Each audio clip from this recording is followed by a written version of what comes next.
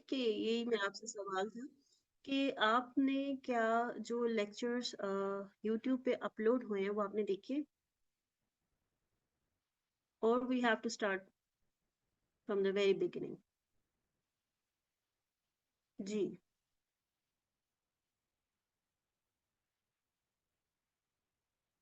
नहीं, चले, no issues.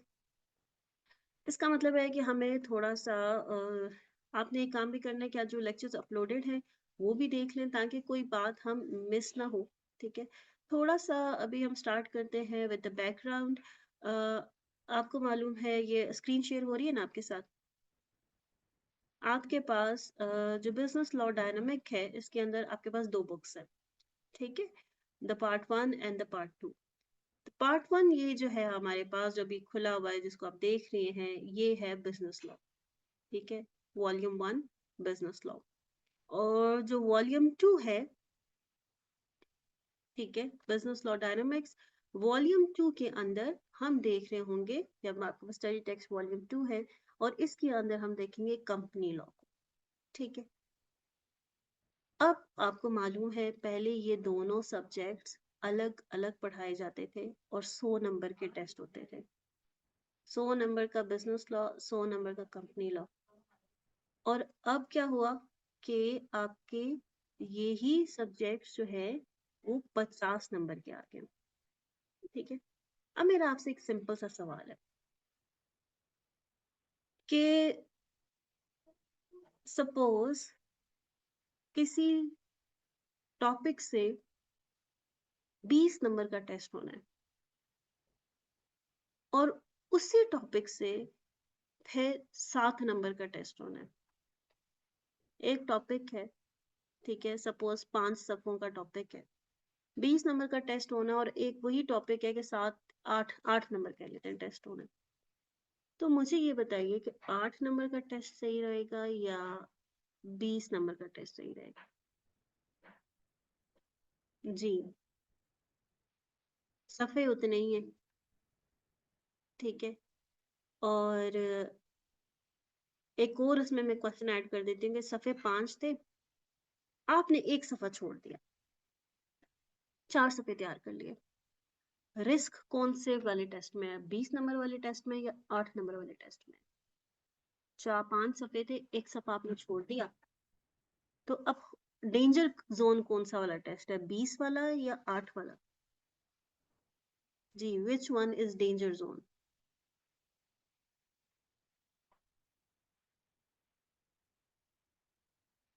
8 marks से रिस्की क्यों? अगर वो जो सफ़ा छोड़ा था उसी से उसने 5 नंबर का सवाल पूछ लिया, तो सिर्फ 3 नंबर का जवाब दे सकते हैं, लेकिन 20 वाले में 15 नंबर के जवाब फिर भी दे सकते हैं। बात समझ आई है कि अगर आप कोई चीज छोड़ देते हैं सपोज, तो जहां 100 नंबर का पेपर होता था आपके पास फिर भी मार्जिन था, लेकिन 50 नंबर के पेपर में मार्जिन नहीं है। समझ गए बात? तो यहीं से यही बात, एक छोटी सी बात से आपको यही एक बात है जो इसकी डिफिकल्टी की रीजन है कि भाई तो आप सब ने 100% तैयार करना है इस पेपर को। आपके पास ऑप्शन नहीं है कि आप इसको छोड़ सकें। फिर जब 100% तैयार करना है तो प्रॉब्लम कहाँ है? Problem is here. कितने चैप्टर्स हैं हमारे पास? पार्ट वन के अंदर 15, और पार्ट टू के अंदर हमारे पास चैप्टर्स हैं 10। That means 25 chapter. अब 25 चैप्टर्स में से आपको ऐसा इतना भी आपने डरना नहीं है, कोई इतने भी डरने वाले। ये जो चैप्टर है, चैप्टर 15, 3 सफ़ों का है, 3 पेजेस का। ठीक है, नेगोशिएबल इंस्ट्रूमेंट ये हमारे पास जो है आप इसे कह सकते हैं तकरीबन 10 सफ़े हैं इसके अंदर। ठीक है, ये जो 3 चैप्टर हैं ये वाले, इन तीनों में से अकेले ये इतने इंपॉर्टेंट चैप्टर हैं कि 10 से 15 नंबर के सवाल आते हैं, ये तीनों। और ये जो पूरा पोर्शन है, ये जो आपको नजर आ रहा है, ये सारा यहाँ ये चैप्टर 10 तक, ये हमारे पास 15 से 20 नंबर का पोर्शन है। तो मुझे आप ये बताएं कि ये जो नीचे वाले 3 चैप्टर नजर आ रहे हैं, ये आप 207 नंबर पेज से लेके, ये जो ऊपर दिखा दे, 207 नंबर पेज से लेके आपके पास है जनाब 251 तक। ठीक है, तो इसका मतलब क्या हुआ कि ये जो आप 43 सफ़े जो है, तकरीबन 43, 44, 45, क्योंकि बीच में से कुछ चीजें निकल जाती हैं तो कम यूजली ये, मतलब अगर मैं, क्योंकि इसमें एग्जांपल्स और क्वेश्चंस होते हैं, 30 सफ़े होंगे। इन 30 पेजेस को पढ़ के आप 10 से 15 नंबर सिक्योर कर सकते हैं। और वही आप ये 23 से लेके 195 यानी तकरीबन 150 सफ़ा पढ़ेंगे तो 15 से 20 नंबर आएंगे। ये जो ऊपर वाला चैप्टर है, ये आपका 3 से 4 नंबरों का टेस्ट हो जाता है। ठीक है, तो इसी तरह आपके पास ये जो नेगोशिएबल इंस्ट्रूमेंट है, ये भी 5 से 7 नंबरों का है, और ये वाला भी 5 से 7 नंबरों का वाला है। तो यूं आपके 50 नंबर पूरे हो जाते हैं। तो जो स्मार्ट स्टडीज है, वो यहीं से देख के पता चलता है कि अकल बता देती है कि अभी तो हम सिंस चैप्टर 1 से स्टार्ट करेंगे। ठीक है, लेकिन जब हम एक चीज कर रहे हैं, क्योंकि चैप्टर 1 एक बहुत मेजर पोर्शन है और उसको सिक्योर करना जरूरी है, लेकिन हमें समझ आ रही है कि स्मार्ट स्टडीज में जब you are done with all this reading, ठीक है, हम क्योंकि पहले बिजनेस लॉ करेंगे, बट दिस सेगमेंट, ये हमें पानी की तरह आना चाहिए।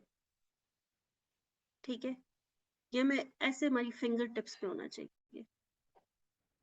ठीक, कि भाई सवाल है, टक टक टक टक जवाब लिखेंगे। यहाँ ये वाला जो पोर्शन है ना ऊपर वाला, इसमें ना कुछ रटे वाले सवाल भी आ जाते हैं।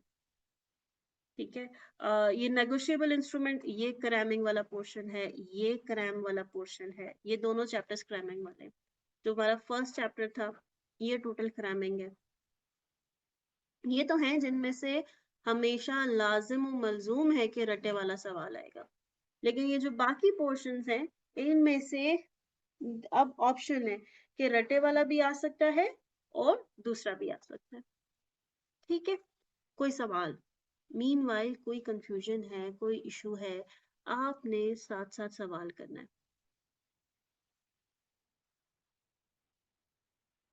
ठीक है, एनी क्वेश्चन? जी, फारिया ने भी हमें ज्वाइन किया है, सिद्रा ने भी हमें ज्वाइन किया है। Happy to see girls.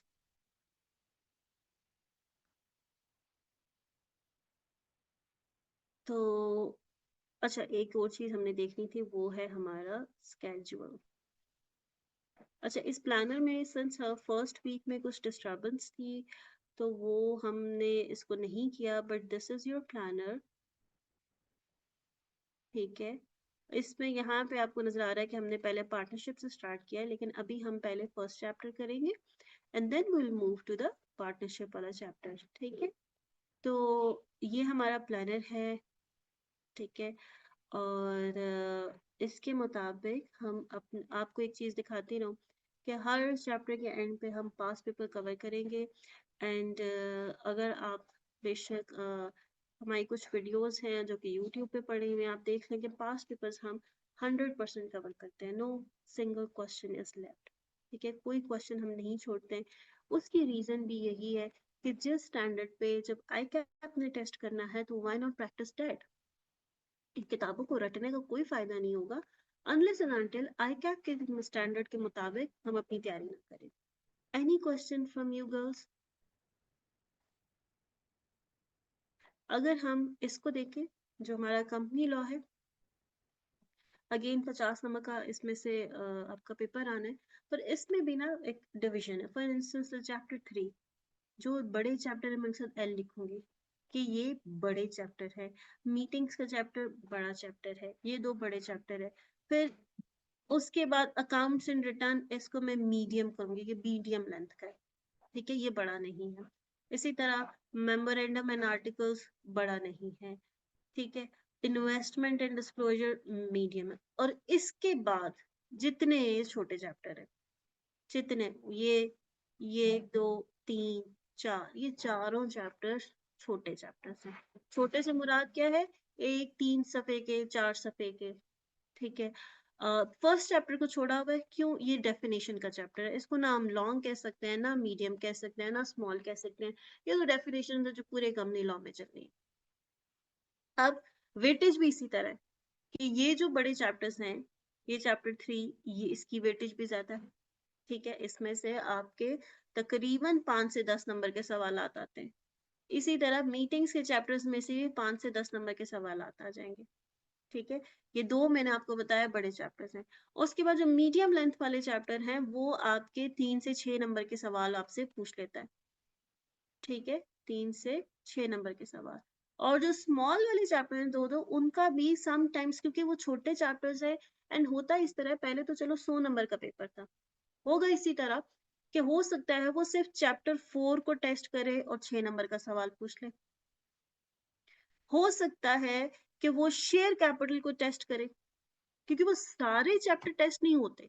हाँ, इस तरह जरूर होते हैं कि भी एमसीक्यू में आ जाता है, ठीक है। इस तरह लाजम होता है कि फॉर इंस्टेंस उसने मॉर्गेज इंचार्ज का जो है 2 एमसीक्यूज पूछ लिए, या 1 एमसीक्यू पूछ लिया, लेकिन क्वेश्चन नहीं आया। क्वेश्चन उसने डिस्ट्रीब्यूशन ऑफ प्रॉफिट से पूछ लिया। लेकिन आपके पास कोई एरर नहीं है कि आप किसी चीज को चॉइस पे छोड़ दो। क्यों? वही चीज जो आपने चॉइस पे छोड़ दी, अगर वो 8 नंबर का सवाल आ गया, फिर आप क्या करेंगे? फिर तो प्रॉब्लम है, फिर तो बहुत बड़ा प्रॉब्लम है। और ऐसा भी नहीं है, ये मत सोचिएगा कि कंपनी लॉ बहुत अच्छा प्रिपेयर करूं, बिजनेस लॉ छोड़ दूं, तो ऐसा भी काम नहीं चलेगा। क्यों? कंपनी लॉ में से फिर आपको 50 में से 50 नंबर लेने पॉसिबल है? नहीं, कहीं तो गलती होगी, कहीं ना कहीं छोटी मोटी तो गलती होगी, हो सकता है 49 आ जाए। तो आपने दोनों सब्जेक्ट्स को बैलेंस लेना, और 25 चैप्टर को एज अ एक किताब के 25 चैप्टर लेना है। आपने ये नहीं सोचना है कि मैं बिजनेस लॉ अच्छा कर लेती हूँ, कंपनी लॉ को एविंग कर देती हूँ। नो, 100%। और इस पेपर से जितनी जल्दी जान छुड़ाएं, उतना आपके लिए अच्छा है। क्यों? ये बाकी पेपर्स को तंग करेगा। ये थ्योरी वाला पेपर है, आपके अकाउंटिंग को तंग करेगा, आपके टैक्सेशन को तंग करेगा, आपके एमएफए को तंग करेगा, आपके किसी और पेपर को तंग करेगा, ऑडिट को तंग करेगा। तो इस पेपर से जितने जल्दी आप जान छुड़वा सकते हैं, आप छुड़वाएं। आप इसको पढ़ें इसी नीयत से कि ये मैं पहली और आखिरी दफा पढ़ रही हूँ, इसके बाद इसकी शक्ल भी नहीं देखूंगी, इस किताब की शक्ल भी नहीं देखूंगी। आने वाले रमजान में इसके ऊपर पकोड़े रख के खाएंगे, ठीक है। तो समझ आ रही है बात? इस एम के साथ अगर आप काम करेंगी, तो करेंगे, तो डेफिनेटली ये पेपर आपको तंग नहीं करेगा। और मैं आपको बताऊं, इस पेपर ने मुझे भी तंग किया था, ठीक है। मैं अपना पर्सनल ओपिनियन बताती हूँ। मैंने अलग अलग दिया था, तो मुझे बिजनेस लॉ से कोई खास मोहब्बत नहीं है, तो मैंने पढ़ाया बहुत है। But when I was a student, since हमारे पास कोई रिसोर्स नहीं होता था, हमारे पास किताबें नहीं थी, और मजे की बात यह है कि हम बस वही वाली बात है, जैसे हमारे वालिदैन कहते हैं कि हम टाटों पे बैठ के पढ़े थे और ऐसे करे थे। तो मैं भी वही आपसे बात कर रही हूँ कि जब हमने पढ़ा था, तो there was a no teacher जिसका सीए का बैकग्राउंड हो। हमें वो लॉ वाले टीचर, जो लॉयर्स होते थे, वो पढ़ाते थे विद नो सीए बैकग्राउंड। और वो बस जिस तरह बीकॉम को या किसी को पढ़ा के चले जाते हैं, वो चले जाते थे। और इवन उन्होंने हमें किताब भी बीकॉम वाली दी हुई थी। So we are not even aware of the full syllabus, कि हमारा सिलेबस क्या है। तो पहली दफा इवन जब एग्जाम हुआ, वो जो होते हैं आपके स्कूल में, कॉलेज में, वो जो टेस्ट होते हैं, मॉक होते हैं, तो मैंने उस मॉक में टॉप किया। लेकिन सिर्फ मुझे पता ही नहीं था सिलेबस कितना है, मैंने एग्जाम में मैं फेल हो गई। क्योंकि मुझे जब मेरा पेपर आया, तो मैंने देखा उसमें वो ट्रस्ट एक्ट भी है, उसमें वो एक कोई वो शिपमेंट वाला एक्ट भी था, हमारे टाइम पे सेल्स ऑफ गुड एक्ट भी होता था। तो वो चीजें तो उस किताब में थी नहीं, जो किताब उन्होंने हमें लगवाई हुई थी। Then I got to know, I got a bare act. क्या मेरी आवाज आ रही है सबको?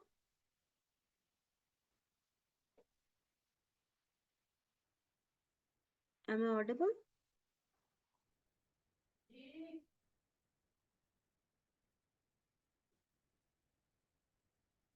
आई गेस, एक minute, just give me a minute.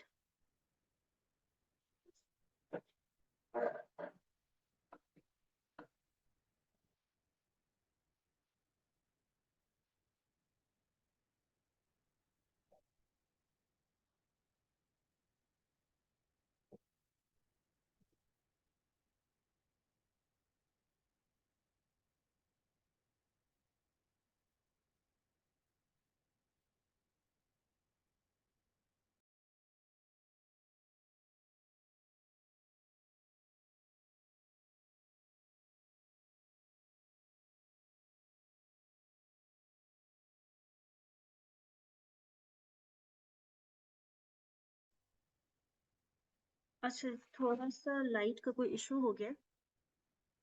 Since हमारा टाइम अभी इम्पोर्टेंट है, हम कंटिन्यू करते हैं। तो अच्छा, so what I was telling you, so फिर मैंने क्या किया, what why my strategy was कि मैंने बेरेट खरीदा। बेरेट कहते हैं जो लॉ की किताब होती है जिसपे एग्जैक्टली लॉज लिखे होते हैं, और सिलेबस खोल के देखा क्या है, और फिर वहां से उसको याद करना।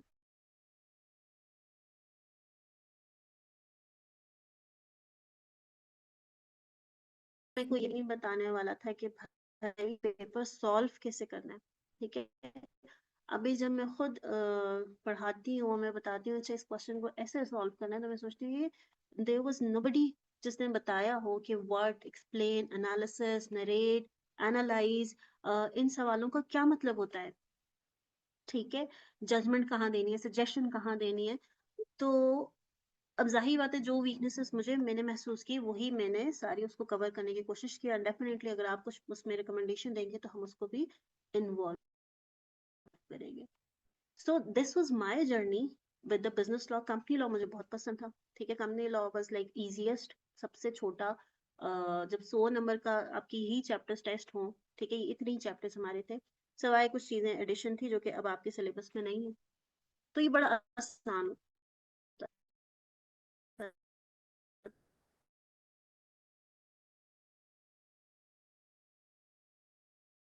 तो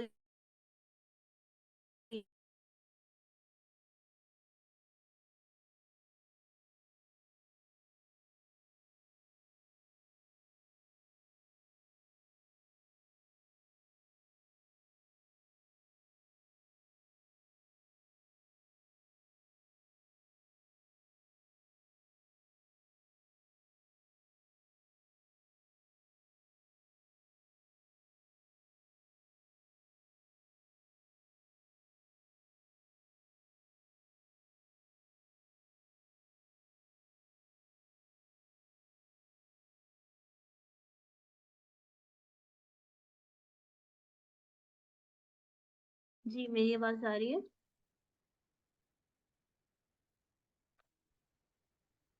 एम आई ऑडिबल?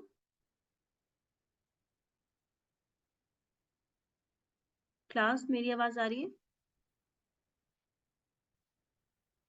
ओके, चलो हम ऐसा करते हैं, वीडियो को बंद ही कर देते हैं, काफी अंधेरा अंधेरा है। तो शुरू करते हैं आगे। आज हम स्टार्ट कर लेते हैं। सो ये सारी गपशप हो गई, हम स्टार्ट कर लेते हैं अपने फर्स्ट चैप्टर से। हम पहले पढ़ेंगे बिजनेस लॉ, ठीक है। और अगर मैं आपको दिखाऊं कि जब बिजनेस लॉ का हमारा ये एक एज क्रिएट हो जाएगा फ्रॉम द दिसंबर, 1 दिसंबर से हम side by side company law को भी पढ़ेंगे।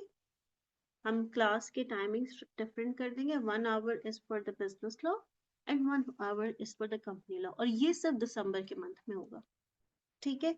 इसलिए ताकि हमारा कोई भी एरिया सब्जेक्ट निगलेक्ट ना हो, क्योंकि सिलेबस आपके सामने है, ठीक है। दीज वर टू बुक्स जो कि अब मर्ज हो चुकी है with a very less addition. अच्छा, अगर आप ये लोग सोच रहे हैं ना कि भाई दो किताबों दो पेपरों को एक साथ कर दिया है तो कोई चीज निकाली होगी, नहीं, बहुत छोटी चीजें, ठीक है। अगर मैं कहूँ उन सफों को अगर मैं गिन लूं कि कितने सफे निकाले तो टोटल 10 सफे बनेंगे, ठीक है। टोटल 10 सफे बनेंगे जो कि निकाले गए हैं, ठीक है। मैक्सिमम कर लो 15, ठीक है। तो डू यू थिंक 15 सफों से कोई फर्क पड़ता है? मुझे तो नहीं लगता। लेकिन टाइमलाइन उतनी ही है कि हमने उसी टाइम में इस सारे को प्रिपेयर करना है और आपने मेरे साथ करना है। ठीक है, डेली का डेली पढ़ना है। और मजे की बात, बिजनेस लॉ शुरू करने जा रहे हैं, डेली पढ़ना कितना है?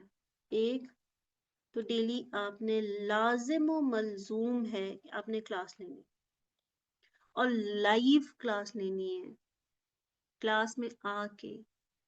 ठीक है, आपकी आदत भी बनेगी क्लास में आने की।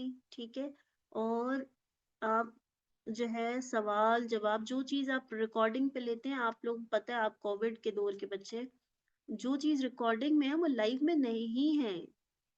मतलब जो लाइव में वो रिकॉर्डिंग में नहीं है, आप रिकॉर्डिंग में नहीं अटेंटिव हो सकते, नहीं उतना अच्छा परफॉर्म कर सकते जितना लाइव में कर सकते हैं। और आपका दिमाग भी लाइव में ज्यादा अच्छा चलता है, बिकॉज एक थोड़ा सा डर, एक खौफ का एलिमेंट होता है, थोड़ी सी अटेंटिवनेस होती है। लेकिन जो क्लास आप लेते हैं रिकॉर्डिंग में, ये टांग पर टांग रखी, मुंह से जूस पी रहे हैं, इधर देख रहे हैं उधर देख रहे हैं, आप अटेंटिव नहीं होते। ठीक है, बहुत सारे बच्चों की कोई मजबूरी होगी, ठीक है, कोई एक आध दिन से है, लेकिन रोज नहीं। और याद रखिएगा, जिस दिन आपने लाइव क्लास लेना छोड़ी कि यार आज तबीयत ठीक नहीं है, कल लाजमी लूंगी, तो मैं आपको बताऊं, आप अगले दिन भी वही काम करेंगे, आप उससे अगले दिन भी करेंगे। एक क्लास छोड़ेंगे और आपका सारा स्टेमिना टूट जाएगा। समझ आ रही है बात की?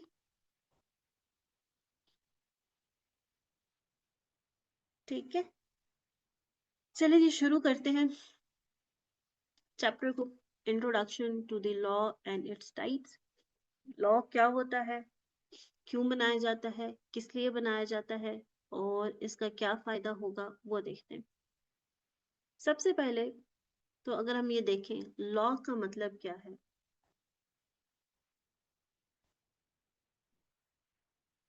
लॉ का मतलब क्या है, कोई बताएगा उर्दू में मतलब क्या होता है लॉ का? एनीवन? अच्छा, एक काम आप लोगों ने करना है। एक तो आप लोगों के पास किताब होनी चाहिए, दूसरा आपका माइक काम करना चाहिए।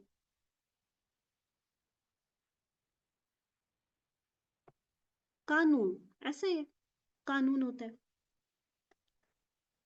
अब यानी कि अगर अंग्रेजी में देखा जाए तो ये क्या होगा, एक set of rules and regulations होगा, ऐसा ही।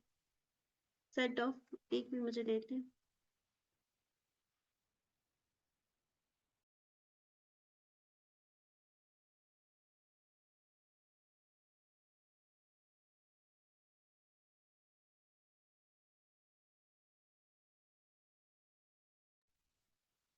सो this is set of rules and regulations. क्यों बनाए जाते हैं कानून, क्यों बनाए हैं आपने कानून, रीजन वाई, किसके लिए बनाए हैं, क्या मिलेगा कानून बना के? बाहर के मुल्क में इतने कानून होते हैं, स्पीड इतनी रखनी है, आप लोगों ने जिब्रा क्रॉसिंग पे नहीं उस पे, उसके लिए वो आपने स्पेस देनी है, जिब्रा क्रॉसिंग के टाइम पे आप गाड़ी नहीं लानी है, आपने सिग्नल्स नहीं तोड़ने हैं, आपने ओवर स्पीडिंग नहीं करनी है, आपकी जो लाइटें हैं वो ज्यादा शार्प नहीं होनी चाहिए। क्यों बनाए हैं कानून? आपकी अगर दुकान है तो आपने सामान बाहर नहीं रखना है, गंद नहीं फैलाना है, कूड़ा करकट नहीं फैलाना है। क्यों बनाया है कानून, क्यों रूल्स बनाए हैं, क्यों रेगुलेशंस बनाई हैं? वजह,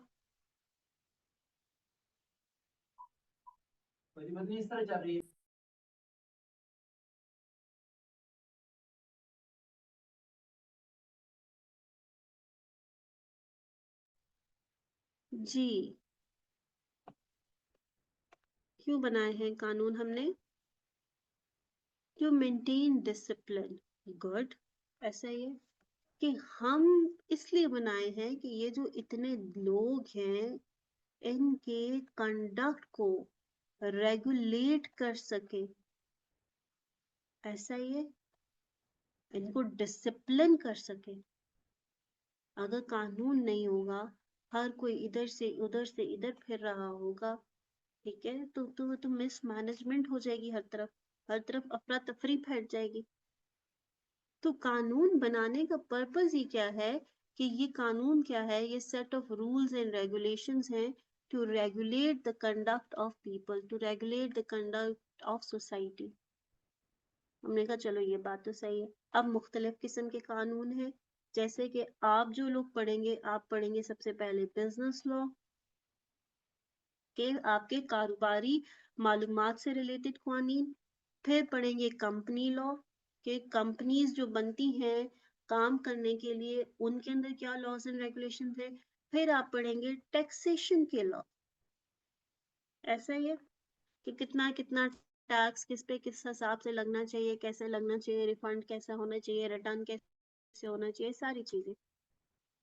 तो सवाल आपसे ये है कि चलो भाई ये बात तो समझ आती है कि भाई कंपनी लॉ टैक्सेशन तो ऑडिटर, हम क्योंकि चार्टर्ड अकाउंटेंट बनने वाले हैं, हम ऑडिटर बनने वाले हैं, this thing is so embedded in us, ठीक है। ये तो हमें हर सूरत हर हाल में पता होना चाहिए। बिजनेस लॉ, अब जरूरी तो नहीं हर चार्टर्ड अकाउंटेंट जो है वो कल को बिजनेस करे, इट्स नॉट कंपल्सरी। तो why we are reading business law, हमें क्यों पढ़ाया जा रहा है? हमें उनका मकसद का लॉयर बनाना है। इतने सारे लॉ बना रही है, इसे तो बेहतर है बंदा साथ एलएलबी भी कर ले, वो भी पास हो जाएगा। इट्स अ गुड सजेशन, करना चाहें कर लें, पास हो जाएंगे। जब ये सारे लॉज पढ़ रहे हैं, पीछे रह क्या गया? छोटी मोटी चीजें, वो क्या है, वो तो कोई मसला ही नहीं, वो भी हो जाएंगी। बिजनेस लॉ क्यों पढ़ाया जा रहा है? कह रहे भाई बात सुने, बिजनेस लॉ इसलिए पढ़ाया जा रहा है कि कल को आप चार्टर्ड अकाउंटेंट महामुंशी जब किसी कुर्सी पे बैठा हो, उसके सामने कोई कॉन्ट्रैक्ट आए, कोई एग्रीमेंट आए, कोई कारोबारी मालूम मामलात आए, तो भाई वो उनको समझ बूझ के पढ़ तो सके, उसको पता हो कि ये है क्या चीज। ये तो ना गई भाई मैं तो सिर्फ अकाउंटिंग करता हूँ, मुझे क्या पता, नहीं भाई। आपको चार्टर्ड, चार्टर का मतलब क्या होता है? Do you know what does charter mean? The special, specific, जिसको खास सर्विसेज, चार्टर तैयारा, ऐसा है कि भाई वो खास उसके लिए। तो अकाउंटेंट तो बहुत सारे हैं, चार्टर अकाउंटेंट ये खास है, ये स्पेशल है, ये महामुंशी है। तो महामुंशी को सब चीजों का टच आपने देना है, सब चीजों का पता होना चाहिए, ठीक है, जिसको हम कहते हैं। और जो नई चीजें आ रही हैं उनका भी पता होना चाहिए, कंटिन्यूइंग प्रोफेशनल डेवलपमेंट, सीपीडी। जो नई चीज आ रही है उसका पता होना जरूरी है, जो पुरानी है वो तो आनी चाहिए, नई भी आनी चाहिए। सो हमने कहा इसीलिए ये जो हमारे फ्यूचर के चार्टर्ड अकाउंटेंट्स मेरे सामने बैठे हैं, इनको बिजनेस लॉ पढ़ाना भी जरूरी है कि कल को इनके सामने कोई कॉन्ट्रैक्ट, कोई एग्रीमेंट, कोई चीज आती है तो ये बता तो सके कि भाई ये हो क्या रहा है, क्या सही है क्या नहीं है, क्या होना चाहिए क्या नहीं होना चाहिए, क्या क्लॉजेज हैं, क्या इसकी मतलब है, ठीक है। So this is the reason that हम बिजनेस लॉ को पढ़ेंगे, ठीक है। अगर आप यहाँ पे देखें क्या लिखता है, the intention of studying law in chartered accountancy is not to become an expert lawyer dealing with complex legal issues.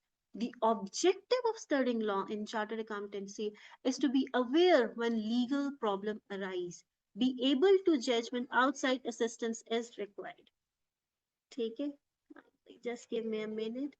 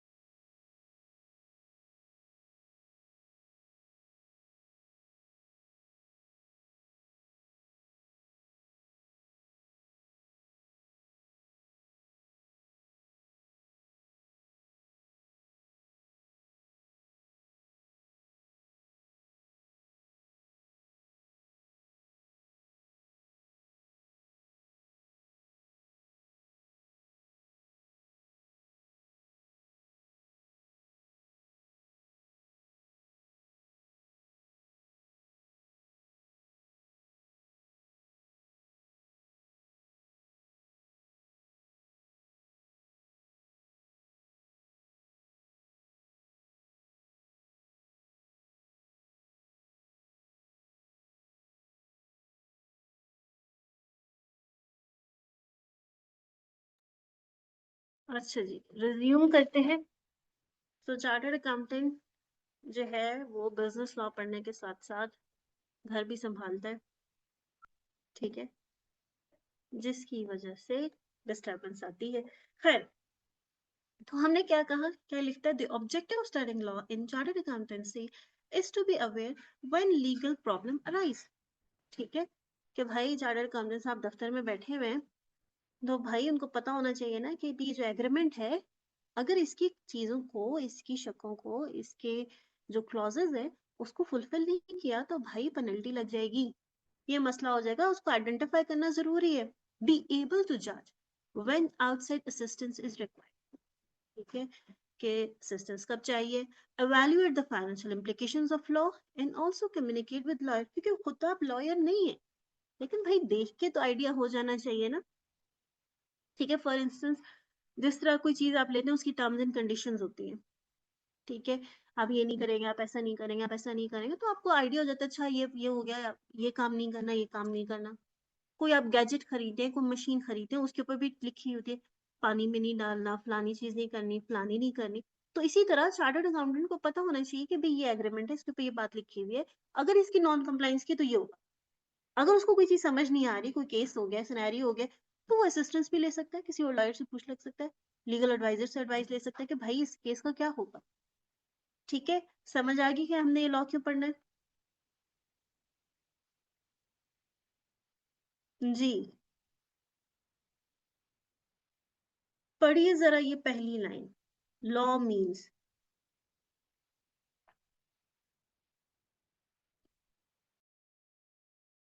Done का मैसेज कीजिए।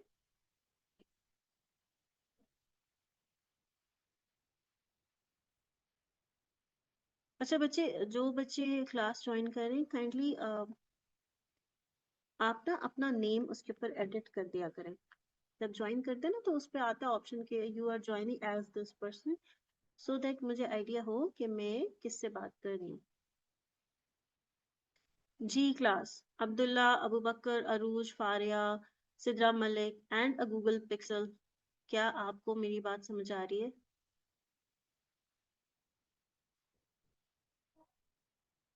ठीक है, डन। सिंपल सी लाइन है कि भाई लॉ क्या है, एक सेट ऑफ रूल्स हैं, रेगुलेशंस हैं। डिजाइन कौन करता है, स्टेट करती है। बनाता कौन है, स्टेट। इन्फोर्स कौन करता है कि भाई इस कानून की पासदारी हो, वो भी स्टेट। क्यों बनाती है, ताकि हम लोगों की कंडक्ट को रेगुलेट कर सके, कंट्रोल कर सके। ठीक है, फिर क्या है, law is not stagnant. Stagnant का क्या मतलब होता है, स्टेगनेंट का मतलब ये होता है जो रुका हुआ, कि भी एक दफा बना दिया तो बस 1919 तक यही चलेगा। नहीं, ऐसा तो नहीं होता। ऐसा ही है, with the involvement changes, loss change होते हैं। जिस तरह एक जमाने में इंटरनेट वगैरह नहीं था तो साइबर से related, cyber crime related law भी नहीं थे। जब इंटरनेट आया, चीजें आई, सोशल मीडिया आया, साइबर क्राइम्स भी आ गए, फिर साइबर क्राइम से रिलेटेड लॉ भी आ गए। ठीक है, एक जमाने में फ्रीलांसिंग नहीं होती थी, अब होना शुरू हो गई है, तो उससे रिलेटेड लॉज भी आ गए, टैक्सेशन भी डाल दी।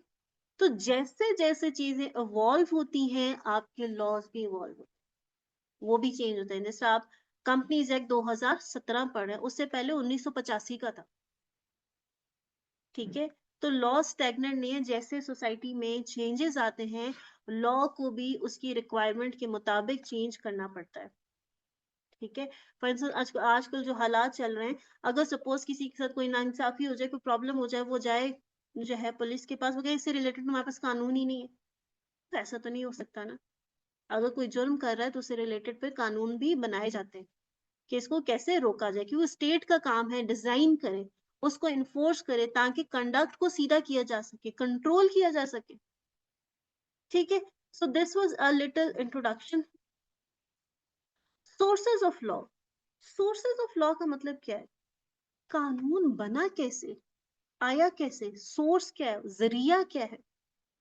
अगर हम यहाँ पे बैठे हैं, हम ऐसे आपस में गपशप लगाते हैं, हमने कहा,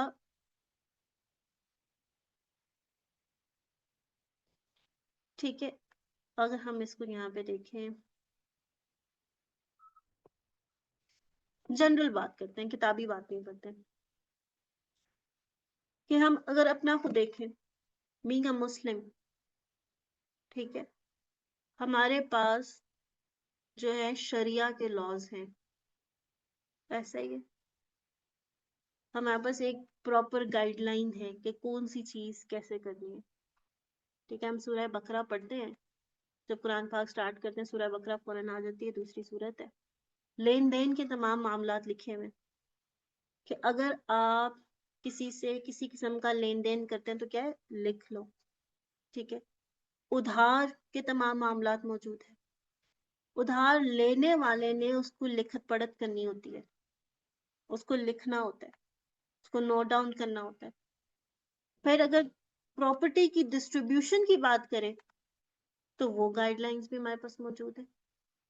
अगर किसी शहादत कानून की बात करें, ये शहादत जो देते हैं, जो गवाही देते हैं, जो विटनेसेस बनते हैं, उसका कानून भी मौजूद है। तो इसका मतलब है कि पाकिस्तान में रहते हुए एक कानून हमारे पास शरिया की तरफ से मौजूद है, शरिया। ये कानून किस वजह से है? ये हमारे बिलीफ की वजह से है, ऐसा ही है।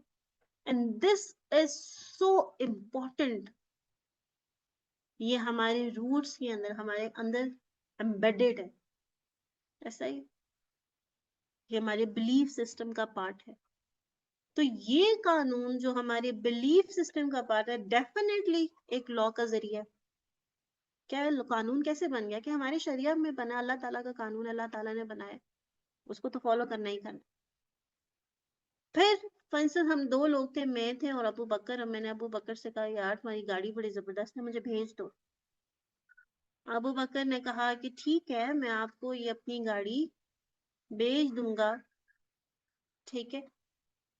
Suppose the A is for the Abu Bakr and B is me, अमाना।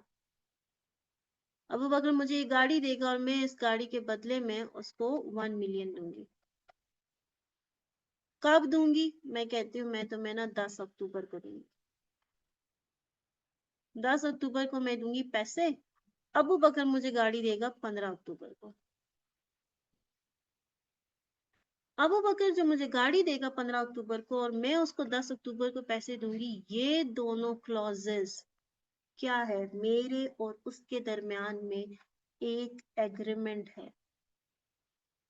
क्या ये दो क्लॉजेस जो मेरे और उसके दरमियान में, ये कानून की हैसियत रखती है? ये एक लॉ की हैसियत रखती है? अगर मैंने इसकी नॉन कंप्लाइंस की तो लॉ कानून वाले मुझे पूछेंगे, अबू बकर कोर्ट में चला जाएगा, भाई इसने मेरे पैसे नहीं दिए। या मैंने अगर 10 को पैसे दे दिए, 15 तारीख गुजर गई, उसने मुझे गाड़ी नहीं दी, तो मैं जाऊंगी इसकी शिकायत करूंगी? यस और नो? जी, यस और नो? क्या ये कानून है?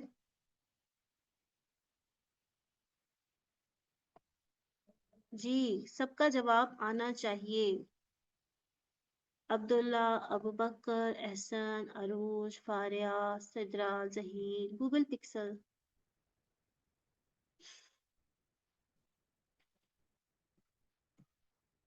यस, ये कानून है। किस वजह से? जो मैंने और उसने एक एग्रीमेंट लिखा, ये भी कानून है, ठीक है। तीसरी चीज कहते हैं, आप लोगों ने वो कायदे आजम वाली स्टोरी सुनी हुई है कि वो कायदे आजम मोहम्मद अली जिन्ना के पास एक केस था। एक खातून थी, उसका एक ही बेटा था। आई डोंट रिमेम्बर उसने किया क्या था, लेकिन उसको सजाए मौत सुनाई दी गई, ठीक है। अब वो खातून बड़ी परेशान थी कि ये तो मेरा एक ही बेटा है और इस तरह जो भी है इसको सजाए मौत सुनाई दी गई है। तो कायदे आजम ने कहा अच्छा, हौसला करो, सब सही होगा। हुआ ये कि जिस दिन डिसीजन का दिन था, तो अभी सुनाई देनी थी, ठीक है, अभी हुई नहीं थी। तो जो है, जो जज था, उसने कहा this person should be hanged. उस वक्त यही सेंटेंस इस्तेमाल होता था कि भाई इसको हैंग कर दिया जाए। तो फिर जब डे आया, डी डे आया, जिस दिन उसको हैंग करना था, तो उसको जब उन्होंने हैंग किया, जैसे ही हैंग किया थोड़ी देर बाद कायदे आज़म ने कहा भाई अब रुक जाओ, क्यों? कानून जो कोर्ट का जो ऑर्डर था वो पूरा हो गया। कोर्ट का ऑर्डर था इसको हैंग किया जाए तो इसको हैंग कर दिया। कोर्ट का ऑर्डर हरगिज ये नहीं था कि hanged till death, hanged till death हरगिज नहीं था।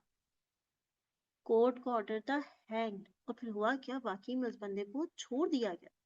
और उसके बाद लॉ के अंदर चेंजेस आई कि भाई ये लव सेंटेंस पूरा यूज करना है, हैंग्ड टिल डेथ। तो अब ये क्या हुआ कि भाई एक एक इंसिडेंट की वजह से एक प्रॉपर लॉ की प्रोविजन चेंज की गई। ऐसा ही है। इसी तरह कोई वन ऑफ यूनिक इंसिडेंट्स भी होते रहते हैं, ठीक है। तो उस पे क्या होता है, कोई पूरा पैनल बैठता है और फिर वो डिसीजन देता है, वो अपनी जजमेंट देता है। अब वो जो डिसीजन दे रहा है, वो जो जजमेंट दे रहा है, वो बड़ी इंपॉर्टेंट। कि कल को मेरे पास एक केस आया, ठीक है, तो मैंने कहा अच्छा फलाने सुप्रीम कोर्ट ने इस केस का फैसला कैसे किया था, फलानी कोर्ट ने इस केस का फैसला कैसे किया था, ओके तो फिर हम इसकी जजमेंट ये देते हैं। यानी कि क्या हुआ, एक प्रेसिडेंट सेट हो जाता है। तो आपको पता है कि मुस्लिम्स में भी है, हम मुसलमानों में भी है, कि भाई हम क्या कहते हैं कि जब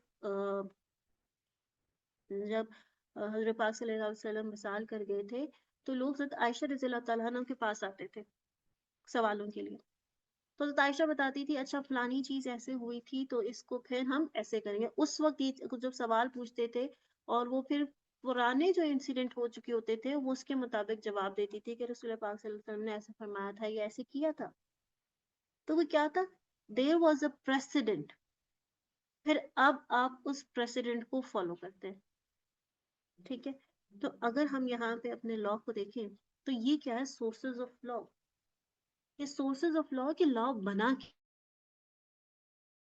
प्रेसिडेंट से। प्रेसिडेंट क्या है, जो पिछली जो कोर्ट्स थी, जो सुपीरियर कोर्ट्स थी, जो उन्होंने डिसीजन दिए हुए हैं, जो फैसले किए हुए हैं, आप उसको देखो। अंग्रेजी पढ़ते हैं, प्रेसिडेंट्स आर जजमेंट्स और decisions of a superior court which are binding on the subordinate court. जब भाई एक सपोज हमारे पास सुप्रीम कोर्ट ने किसी चीज का फैसला किया और उसी तरह का केस हाई कोर्ट के पास है, तो हाई कोर्ट के पास एग्जाम्पल है कि भाई सुप्रीम कोर्ट ने इस तरह का फैसला किया तो तुम भी इस तरह का जजमेंट दो, तुम भी इसी तरह की डिसीजन दो। सही है कि भाई हायर कोर्ट ने, सुप्रीम कोर्ट ने, जो ऊपर वाली कोर्ट्स हैं उन्होंने जो डिसीजन या जजमेंट दिए, अब वो बाइंडिंग हो गए हैं उन छोटी कोर्ट्स के लिए, सबऑर्डिनेट कोर्ट्स के लिए। कस्टम्स, कस्टम्स जो मैंने आपको बात की, जैसे हम आर बीइंग मुस्लिम्स, कि हमारे जो लॉज होते हैं, हमारी कस्टम्स, हमारे प्रैक्टिसेस, हमारे believes are so important, so vital, कि they are become part of our social and economic system. They are embedded in us. They are embedded in our system.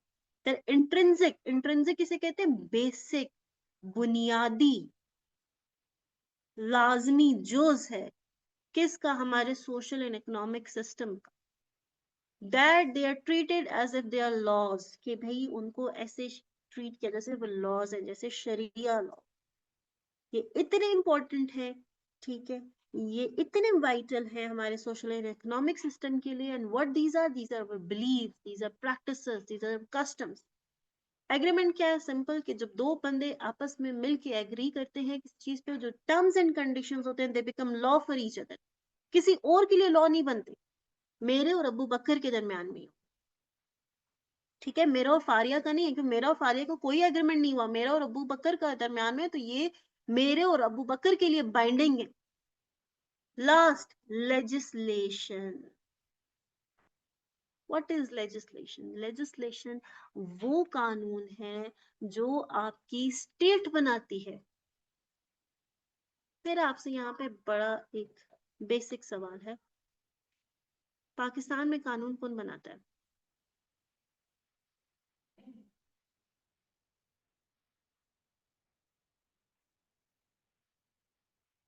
जी, पाकिस्तान में कानून कौन बनाता है?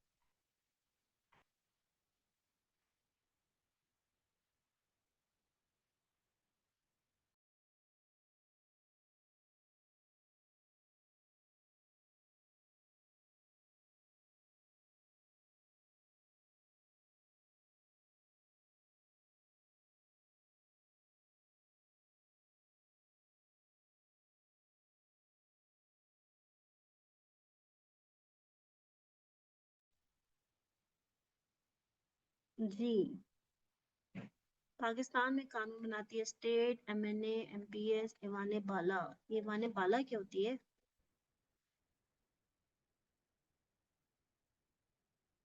जी, ऐसा ईवान बाला क्या है? इंटरेस्टिंग। क्या आपने उर्दू में लिखा, ये उससे भी ज्यादा इंटरेस्टिंग है। जी, थोड़ा बताएंगे ईवान बाला क्या होती है? बाकी लोग भी कंट्रीब्यूट कीजिए ना। फिर 3 बच्चों ने जवाब दिया। 4 ने, 2 ने स्टेट बताया है, एक ने मैंने एमपीएस बताया है। एसन ने बताया सबसे मजे का जवाब। एसन क्या है? ईवान बाला। व्हाट इज दिस बाला? माइक में बता दे एसन, टाइम भी कम लगेगा। जी, व्हाट इज ईवान बाला? नाराज हो गए हैं लगता है, बता ही नहीं रहे। सेनेट। सेनेट को कहते हैं ईवान बाला। उसका मतलब है कुछ खबरें शबरें सुनते रहते हैं।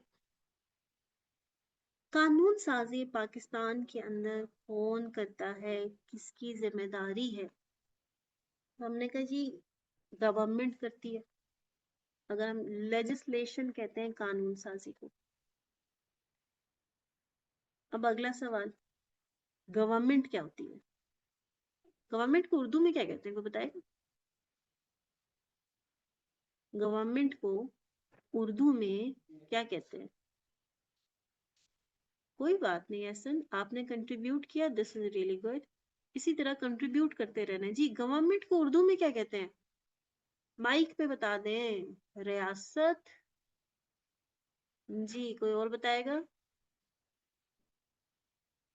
गवन हकूमत। हकूमत सही जवाब है। रियासत कहते हैं स्टेट को। हुकूमत। अब हुकूमत का क्या मतलब होता है? जो हुक्म चलाते हैं। तो हुक्म चलाने वाले लोग कौन होते हैं, कहाँ से आते हैं? जो हुकूमत के अंदर लोग हैं कि तुम हमारे ऊपर हुक्म चलाओ, वो कौन है?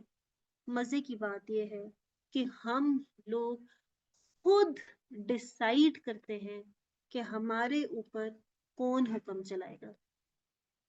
ये जो हम हर वक्त कहते रहते हैं गवर्नमेंट ने ये कर दिया, गवर्नमेंट ने वो कर दिया, गवर्नमेंट ने फलाना कर दिया, ऐसी वैसी गवर्नमेंट, ये गवर्नमेंट, फलानी गवर्नमेंट, ऐसी गवर्नमेंट, वैसी गवर्नमेंट, ये किया। ओ भाई, वो लोग कोई आसमान से तो आए नहीं। हमने खुद उनको गवर्नमेंट में डाला है। और कैसे डाला है? वो इस तरह होता है कि भाई, हमने कहा गवर्नमेंट, और यही लोग हुक्म वो कानून बनाते हैं, कानून बना के हम पे हुक्म चलाते हैं। तो ये क्या होता है, हमने कहा हर एरिया जो होते हैं, फॉर इंस्टेंस हम अगर पंजाब में हैं, तो पंजाब के जो शहर हैं, सपोज एक शहर लाहौर की बात करते हैं, तो सिंस लाहौर इतना बहुत बड़ा है, तो उसको डिवाइड किया जाएगा मुख्तलिफ हिस्सों में। सपोज 3 हिस्सों में डिवाइड कर दिया गया।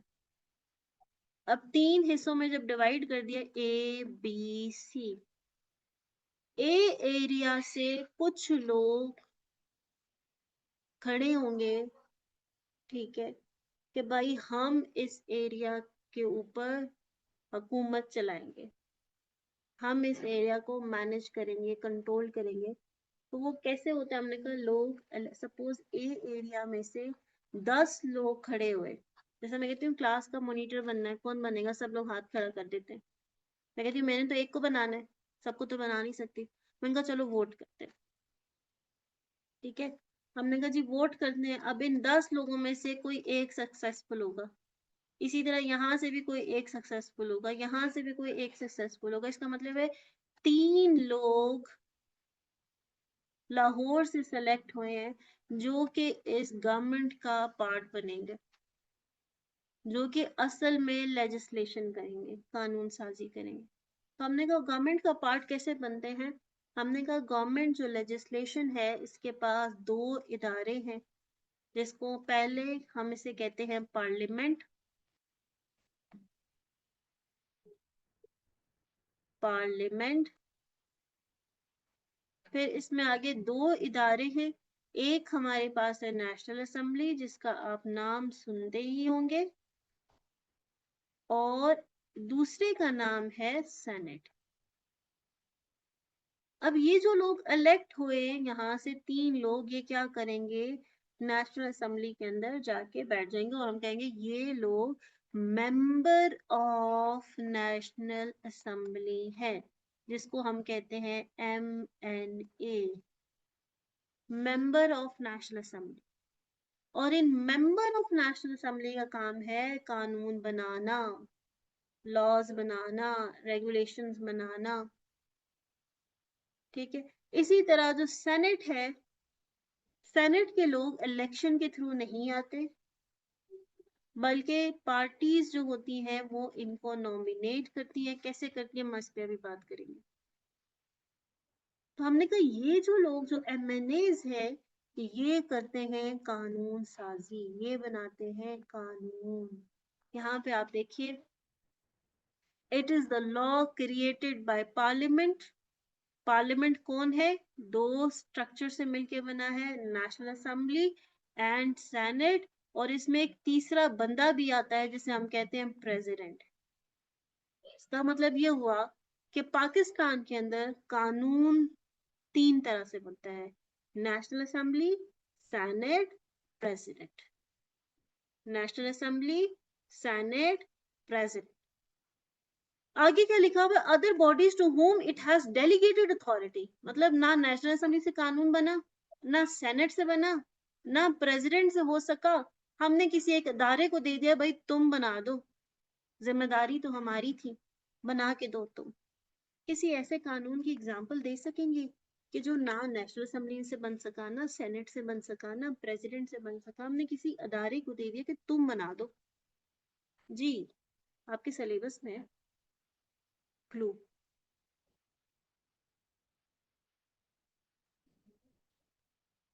जी, कौन सा कानून है सिलेबस में, क्या है, गिनी चुनी चीजें, कंपनीज एक्ट है, कॉन्ट्रैक्ट एक्ट है, negotiable instrument, company act. Abu Bakar का जवाब बिल्कुल, कंपनी एक्ट 2017 बनाया है SCCP ने, security exchange commission of Pakistan,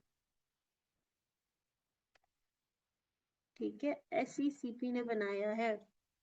क्यों, हमने कहा ये जो MNA हमने इतने पढ़े लिखे लोग खुद इलेक्ट करके किए हैं, इनको कानून बनना, बैठे नेशनल असेंबली में इसलिए कानून साजी करे।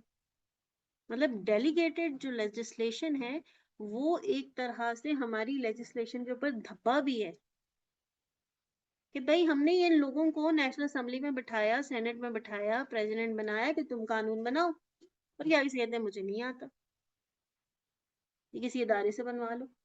तो इसका फायदा भी और नुकसान भी है। फायदा क्या है कि भाई जाहिर बात है वो इतने काबिल तो है नहीं, SCCP के अंदर कोई 20-25 चार्टर्ड अकाउंटेंट बैठे होंगे, हर डिपार्टमेंट के अंदर कोई ना कोई बैठा हुआ है, 20-25 ना हुए तो 10 तो होंगे ही होंगे, बाकी जो होंगे मतलब मे बी क्वालिफाई ना किया हो। तो भाई वो तो भरा हुआ है, उन लोगों से बनवाओ, उनको सही पता है, उनको एक चीज का पता है, उनको लॉ की ABC का पता है, वो कंपनी से रिलेट करते हैं, उनका नॉलेज इन MNO से बहुत ज्यादा है। तो हमने कहा हाँ ये तो सही है कि भाई एक नॉलेजेबल पर्सन से बना रहे हैं तो उसकी बात सही है। लेकिन भाई वहीं पर नुकसान है कि भाई जिन्होंने बनाना था तो वो क्या कर रहे हैं, जिनका जिम्मेदारी थी कानून बनाने की वो क्या कर रहे हैं। तो जहां इसका पॉजिटिव इफेक्ट है वहां पे इसका नेगेटिव इफेक्ट भी है। आगे क्या कहते हैं वो बताता है लेजिस्लेशन के अंदर कौन कौन आते हैं, जैसे कि मैंने आपको बताया, it includes the act of parliament, parliament के अंदर दोनों आते हैं, national assembly, senate. Ordinance proclamated by the president of Pakistan, president जो बनाता है, और प्रेसिडेंट जो लॉ बनाता है उसको हम ऑर्डिनेंस कहते हैं। प्रोमलगेटेड का मतलब होता है जो उसने बनाया हो, जो उसने दिया हो, ठीक है।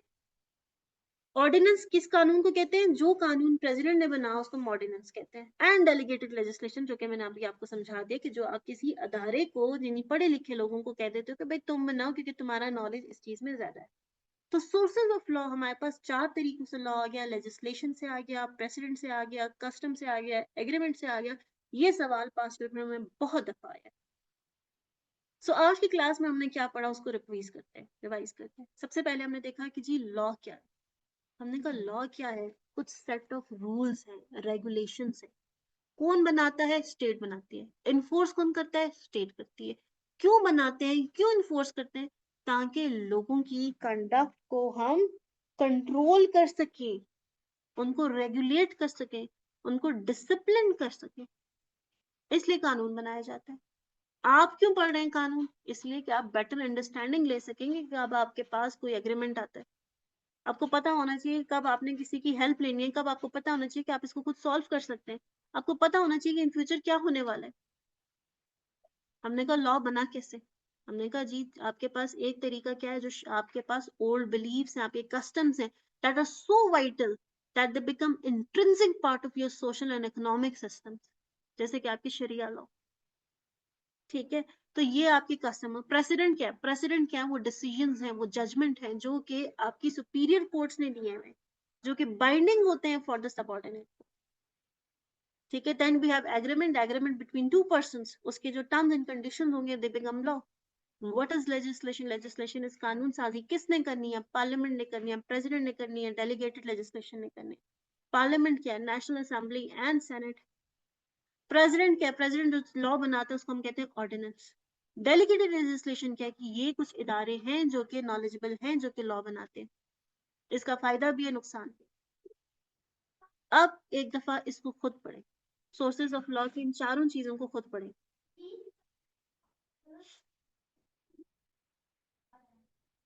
मैम जस्ट इस्लामिक लॉज हैं जो शरीय कस्टम्स के अंदर आते हैं? नहीं, और भी बहुत सारे आते हैं, जरूरी नहीं। लेकिन basic obviously that we are Muslim country, तो ये तो मेजर है ही है।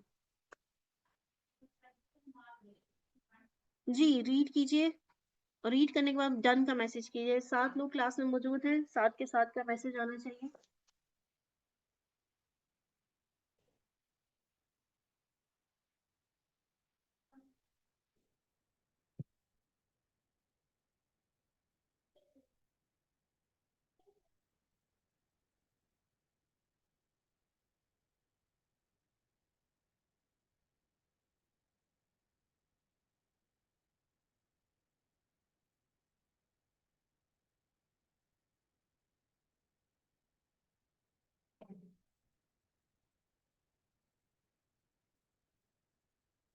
जी पढ़ने के बाद डन का मैसेज कीजिए। कहीं अंग्रेजी पे कोई इशू है, आपको क्लास में बार बार रिवाइज करने का मकसद ये है कि आपको ये क्लास में याद होना चाहिए, in the class.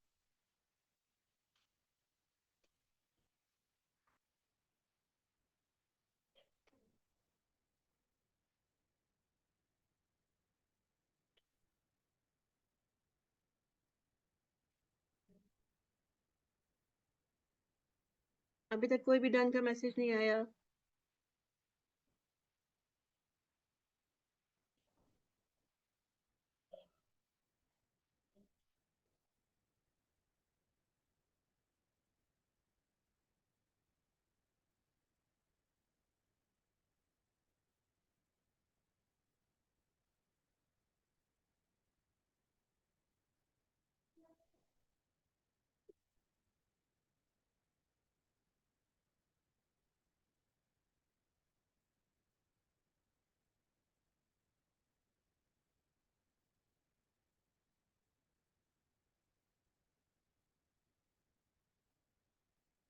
Okay good. मुझे ये बताइए, किसकी को ज़बानी याद हुआ है सोर्सेज ऑफ लॉ?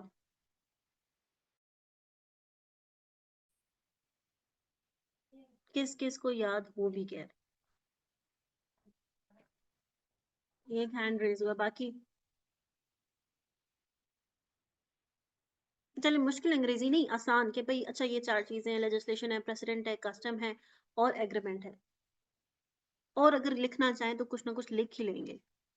ठीक है, ड्यूरिंग द क्लास हमने लॉ को याद भी करना है। ये याद रखें, मैं आपको हमेशा टाइम दूंगी, आपने इसको पढ़ना इस उससे है कि मैं इसको याद करूं। और मैं आपको यकीन से कहती हूँ, ठीक है, 100%, कि अगर आप इसको क्लास में पढ़ेंगे, ठीक है, और याद करेंगे, और उसके बाद क्लास खत्म होने के बाद आप इसको एक दफा फिर पढ़ेंगे, तो समझ जाएं आपका 50% तैयार हो गया।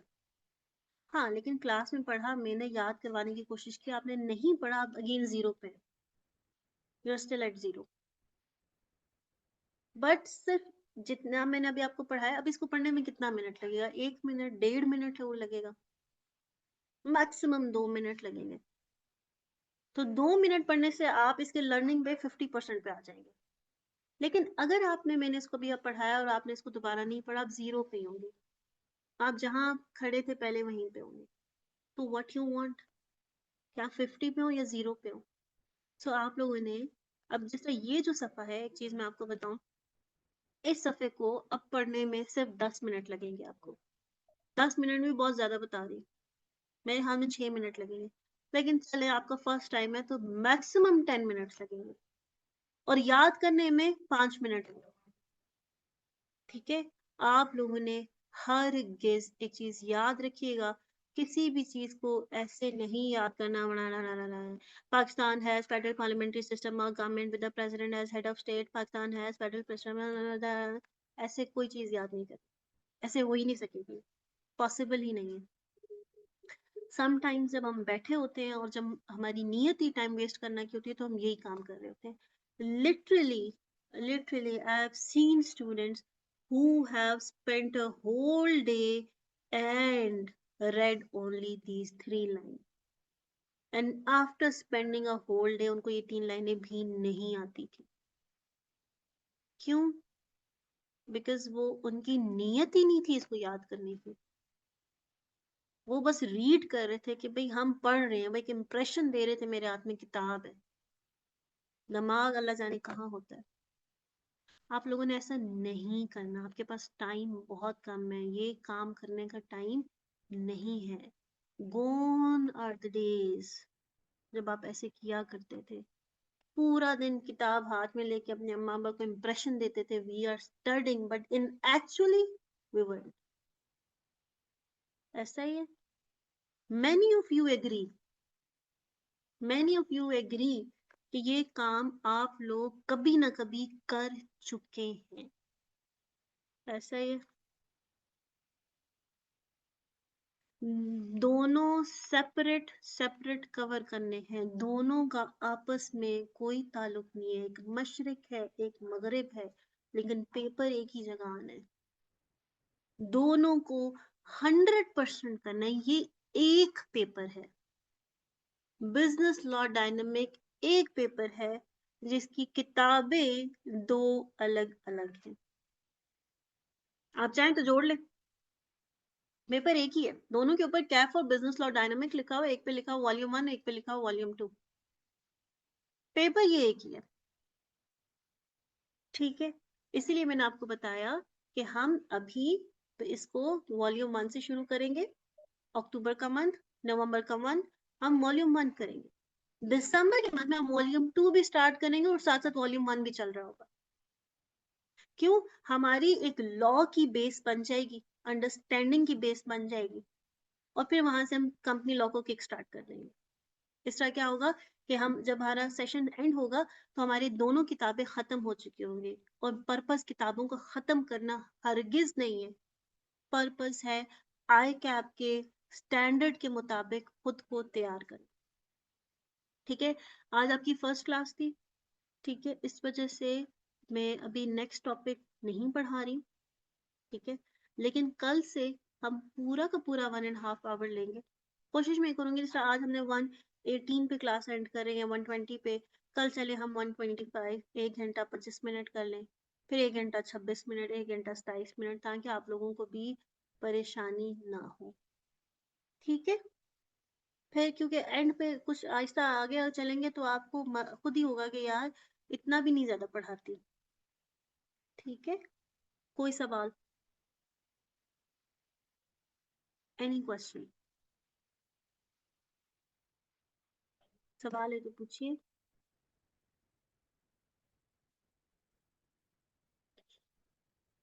जी बच्चे, एनी क्वेश्चन, जो भी क्वेरी है अपनी क्वेरी पूछिए। अब्दुल्ला, अबू बकर, मुझे ये बताइए सब लोग, चले अभी हमारे पास 10 मिनट हैं, अपने जरा सीए जर्नी के बारे में तो बताइए। अब्दुल्ला खान, अबू बकर, एहसन, फारिया, गूगल पिक्सल साहब या साहिबा, सिद्रा मलिक, कि आप लोगों का स्टेटस क्या है, कोई आप लोगों ने पीआरसी दिया हुआ है, आप लोगों ने कैफ का कोई पेपर दिया हुआ है, क्या सीन है। हम एक साथ पढ़ सकते हैं, बिल्कुल पढ़ सकते हैं, लेकिन अंग्रेजी लॉ की अंग्रेजी पढ़ने के लिए we have to establish a pace. ठीक है, ऐसा नहीं हो सकता कि हम 11 से 12 एक पढ़े, 12 से एक दूसरा, नहीं। एक ही टीचर से नहीं, ऑब्वियसली डिफरेंट टीचर हो तो फिर तो सही रहता है, लेकिन सिंस मैंने ही आपको लेके चलना है, तो इसलिए मैंने खुद डिसाइड किया है कि हम जो है वो अ, थोड़ा सा बिजनेस लॉ का एज पेस बनाएंगे, फिर कंपनी लॉ की तरफ मूव करेंगे। कंपनी लॉ की क्योंकि अंग्रेजी मुश्किल है, आसान नहीं है उसमें। यहाँ पे आपको चीजें मिलेंगी याद करने की, दो दो लाइनों की। ठीक है, जस्ट टू टू लाइन, जैसे अभी हमने देखा प्रेसिडेंट क्या है, कस्टम क्या है, लेजिस्लेशन क्या है, दो दो लाइनें। कंपनी लॉ में ऐसा नहीं है, कंपनी लॉ में पैराग्राफ्स है, बड़े बड़े, 10 10 पॉइंट, 8 8 पॉइंट, 11 11 पॉइंट। ठीक है, कहीं पे 12 13 पॉइंट्स भी हैं चीजों के। तो वो हम इस वजह से किक स्टार्ट नहीं करें कि पहले हम छोटी छोटी चीजों से चले, फिर हम बड़ों की तरफ भी चले जाएंगे, करना तो हमने इवेंचुअली है ही है। बुक आई कैप यूज करेंगे, इसके अलावा कोई और किताब यूज करने की जरूरत महसूस नहीं होगी आपको। ये किताब इतनी अच्छी है कि आपको जरूरत महसूस नहीं होगी सवाए पास पेपर की बुकलेट के। ठीक है, पास पेपर की जो बुकलेट सीए मेड इजी की ही होती है, आतिफ आबदी सर की पब्लिश होती है। सिंस अभी स्कीम चेंज हुई है, अभी तक वो उनका वर्जन नहीं आया है, तो उसका जो भी एडिशन अभी जब आएगा, तो बस आपने पास पेपर की किताब लेनी है।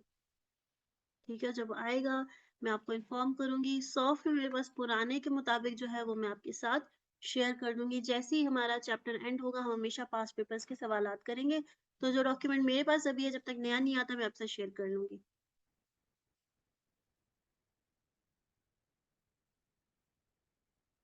अच्छा जी,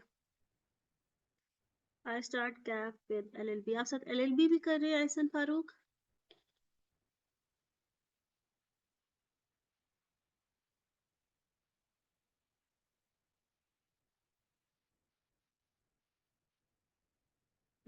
गुड, वेरी गुड। ठीक है, इट्स गुड। बाकी सब लोग, इज एनीवन जो कि अभी कैफ में है, कैफ के पेपर दिए हुए ऑलरेडी, कोई है उनमें से जिसने कैफ के पेपर ऑलरेडी दिए हो?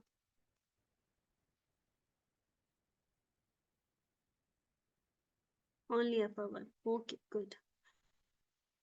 अर्बन एंड कॉस्ट, ठीक है गुड। चलें इंशाल्लाह कल से इसको दोबारा हम क्लास में मिलेंगे। टाइम पे क्लास ज्वाइन करनी है, ठीक है, ताकि किसी भी चीज़ की आप मिस ना कर सके। ठीक है, चलें जी, यहाँ पे करते हैं फिर आज की क्लास को and. Thank you so much and Allah Hafiz.